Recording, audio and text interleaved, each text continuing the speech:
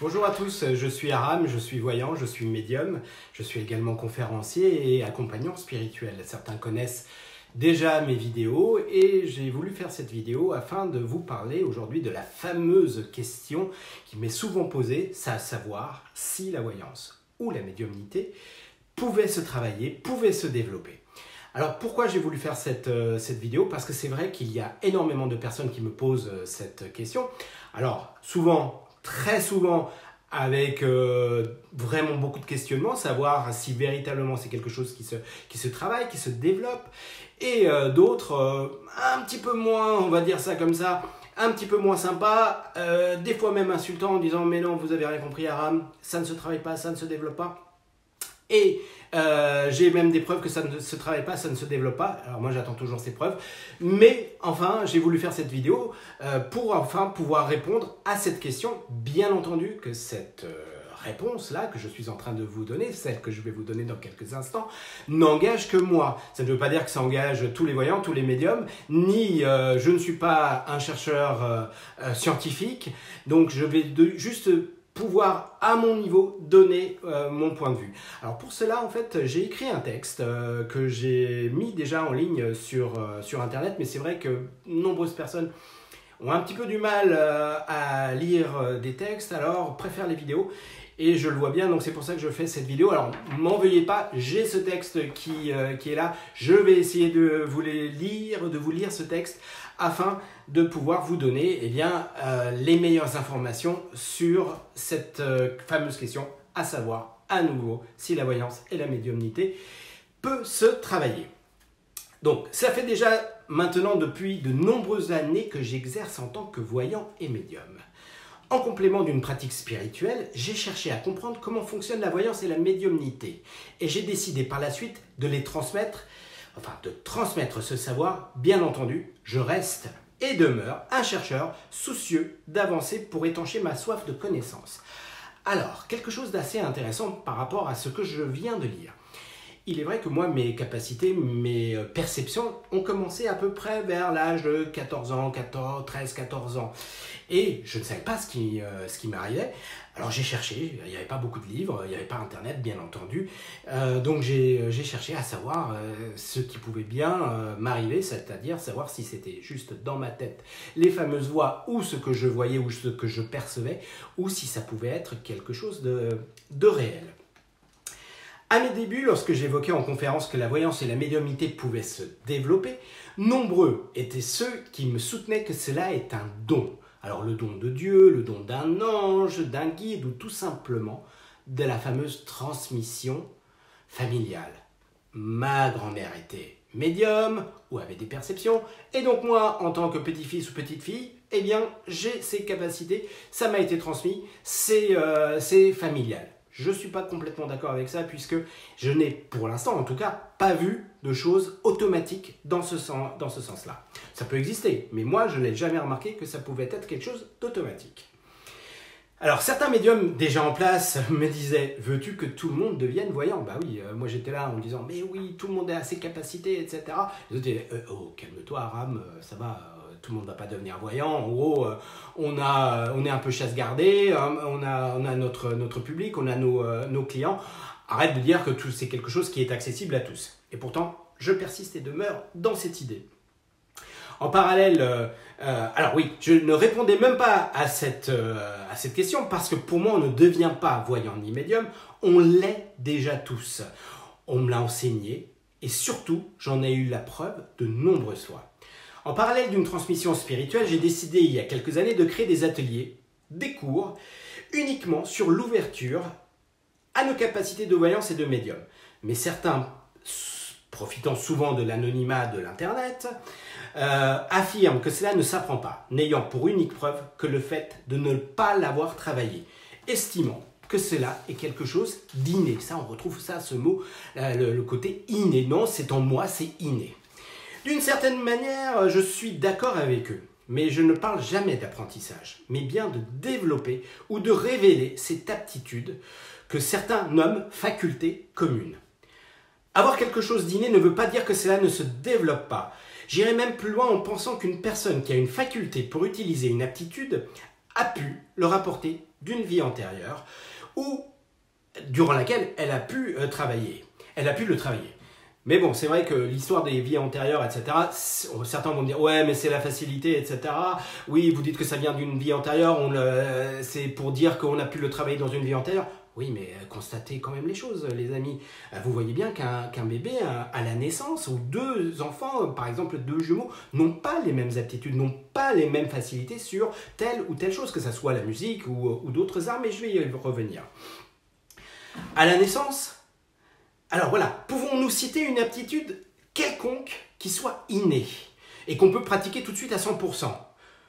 À la naissance, nous ne savons rien faire par nous-mêmes, ni manger seul, ni réchauffer notre corps, ni parler, ni marcher, ni exprimer nos sentiments. Même respirer peut s'améliorer si on le souhaite. Certains diront que l'amour est inné chez l'homme, mais cela s'apprend aussi. Avec du travail et des expériences mal vécues, j'ai pu comprendre que ce que c'était le véritable amour, celui qu'on nomme universel. Non pas l'amour attaché qui, lui, fera un jour ou l'autre souffrir, il s'agit maintenant d'exprimer cet amour, mais pour être, avec un grand E, être. Mais là, la tâche n'est pas si simple. Effectivement, l'idée, là on parle de côté un peu plus spirituel. Dans la spiritualité, on parle du côté être. Il faut être, avec un grand E, encore une fois.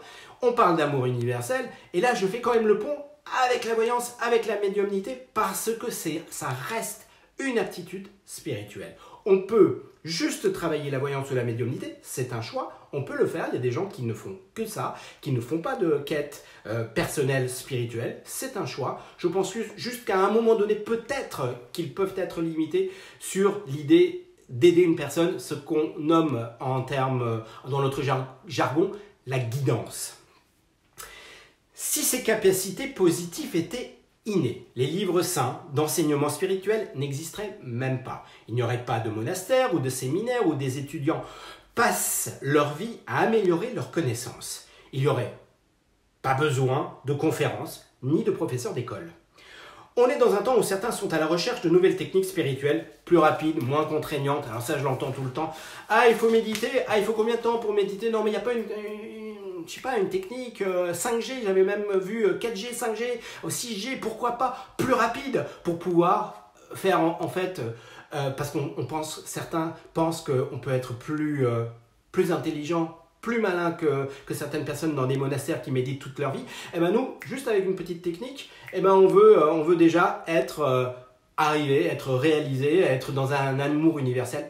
Pour le moment, en tout cas pour le moment, je n'ai jamais vu ça. Il y en a qui rejettent l'expérience acquise par les anciens. Pourtant, quand un professeur est dans une démarche bienveillante, il accepte que son élève puisse le dépasser en connaissance. Certains sont doués pour le sport, la danse, le chant, le théâtre, les sciences, les mathématiques, le commerce, mais ils ont besoin d'une personne expérimentée pour leur apprendre des techniques avant de trouver la leur. Alors il y a deux choses qui me tiennent à cœur. Premièrement, l'apprentissage et l'utilisation de ces outils permettent une ouverture spirituelle que je souhaite accessible au plus grand nombre, sans prosélytisme, sans dogme ni contrainte. Bien entendu, tout le monde ne deviendra pas un professionnel de la voyance, de la médiumnité ou un grand chercheur spirituel. Mais si je peux humblement apporter un début de réponse ou tout simplement encourager ceux qui le souhaitent dans leur chemin de vie, cela me remplit d'un bonheur. La seconde concerne les enfants. C'est quelque chose de très important pour moi puisque, bien entendu, j'ai été enfant. Bien entendu, j'ai vécu des choses un petit peu compliquées parce que j'étais dans une ignorance et je ne comprenais pas ce qui m'arrivait. Donc, j'essaie à mon tour aujourd'hui d'essayer d'aider les parents, les enfants à travers les parents afin que de leur dire que vous inquiétez pas, tout va bien. Vous vivez des choses, vous voyez des choses, ça va, c'est normal. On va voir ce qu'on va pouvoir en faire, mais on est dans quelque chose de complètement normal. Je continue à rencontrer des enfants amenés par leur famille qui vivent des choses profondes, inexpliquées, comme être face à des énergies qu'ils ne savent pas maîtriser, à voir, à entendre et à sentir des êtres de l'au-delà, à faire des rêves prémonitoires, à visualiser des images du futur. À tous ces enfants qui aujourd'hui se tournent vers Internet, pourtant là je fais quelque chose en lien avec Internet, ceux qui se tournent vers Internet pour avoir des réponses et qui se retrouvent encore plus perdus qu'avant. Par exemple, une personne qui ne sait pas faire la différence entre la voyance et la médiumnité et la guidance leur dit qu'ils sont possédés ou maudits. Je l'ai vu ça. Quoi ? Tu vois des choses, etc. Oh là là, mon pauvre enfant, tu es maudit. Mais c'est n'importe quoi. Les gens se permettent de faire des commentaires ou de parler de choses qu'ils ne connaissent absolument pas. Eh bien, à tous ces enfants qui se retrouvent exclus ou moqués, car ils sont différents, à tous ces enfants, je veux leur dire qu'ils sont juste des millions sur Terre. À l'adolescence, grâce à des expériences de spiritisme amateur, en compagnie de mes copains d'école, j'étais le premier surpris et surtout effrayé de constater que ce que l'on voyait dans certains films pouvait être vrai. On pouvait donc parler avec les morts, ou du moins communiquer avec une énergie qui avait la capacité de transmettre des messages. J'aurais tant aimé ne pas devoir attendre ma vie d'adulte pour rencontrer la personne qui m'a rassuré et m'a tout appris. Car ni les livres, ni le monde des adultes ne pouvaient me comprendre. Je rencontre de nombreuses personnes comme moi qui aujourd'hui sont adultes et souhaitent avoir des réponses qu'elles n'ont pas eues lors de leur enfance. Et cela est possible sans crainte, sans jugement et dans la maîtrise des événements. Alors, l'autre point, j'ai marqué spiritualité, voyant, argent et charlatan. Alors je vais vous donner mon point de vue parce que ceux qui ne croient pas à tout ça, bon, c'est leur droit, de toute façon c'est leur droit. Eh bien, ils considèrent que tous ceux qui sont dans ce domaine sont tous des charlatans. Il doit y en avoir, il y en a. Maintenant, faites vos expériences, faites votre choix. Dans la conscience collective et dans les médias, le soupçon d'enrichissement financier personnel plane sur toutes ces professions. J'entends depuis toujours que les séances et les cours doivent être gratuits, que si on fait payer une séance, on va perdre son don. Ces personnes se permettent de juger sans nous connaître. Je suis persuadé que chaque enseignant, voyant, thérapeute, qui est dans une démarche spirituelle, adoptera son tarif aux personnes en difficulté financière et ne refusera jamais son aide.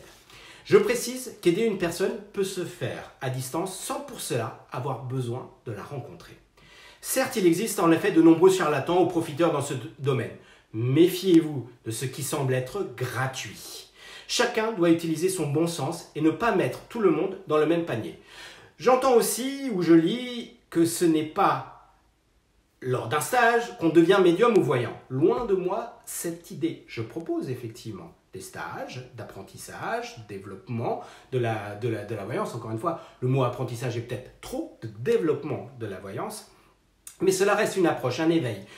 Pour pouvoir développer la pratique d'un outil, il faut un accompagnement personnalisé, un soutien et surtout de l'entraînement et de l'expérience. Il est possible de faire ce chemin seul, mais qui pourra dire si ce que l'on ressent, voit, entend est la vérité ou juste tout simplement le mental qui nous joue des tours. J'ai également décidé de mettre certaines vidéos conférences en ligne sur Internet à regarder, à écouter librement, car l'Internet est un support fantastique qui, bien utilisé, peut faire évoluer les connaissances, certes virtuelles, mais je suis conscient que ça peut nous amener véritablement à nous poser des questions et à se dire « Ah bah oui, peut-être, ce qui m'arrive, c'est peut-être ça. » Eh bien, quelqu'un en parle, moi-même je vais essayer, je vais tester certaines choses et peut-être en fait que ce n'est pas quelque chose de totalement farfelu. Enfin, j'ai l'intuition que la science ou certains scientifiques vont continuer à venir en soutien pour démontrer que ces aptitudes sont naturelles. Autre petit point que je voulais évoquer toujours avec l'idée de la voyance, de l'argent et du côté charlatanisme, mais surtout en lien avec l'argent. Je n'ai pas à me justifier, bien entendu, mais je suis professionnel, j'ai un local, je paye mes impôts, je paye mon EDF, je paye mon téléphone. Donc j'accepte, j'ai fait un choix dans ma vie d'aller vers cette profession, tout simplement en laissant de côté une autre profession aussi rémunérateur. Alors, quand on fait les choses, c'est-à-dire si je reçois une personne par semaine, eh bien effectivement je peux avoir un autre métier, et puis le week-end, je peux recevoir une autre personne en consultation. Certains me disent non, il faut que ça soit gratuit, il faut que tout soit gratuit. Moi je veux bien, mais dans ce cas-là, alors il n'y aurait plus rien qui n'existe, il n'y aurait plus d'église, il n'y aurait plus de lieu de culte, il n'y aurait plus les musées seraient entièrement gratuits. Non, laissez-nous la possibilité de faire payer certaines personnes qui viennent pour de la consultation de voyance ou de médiumnité.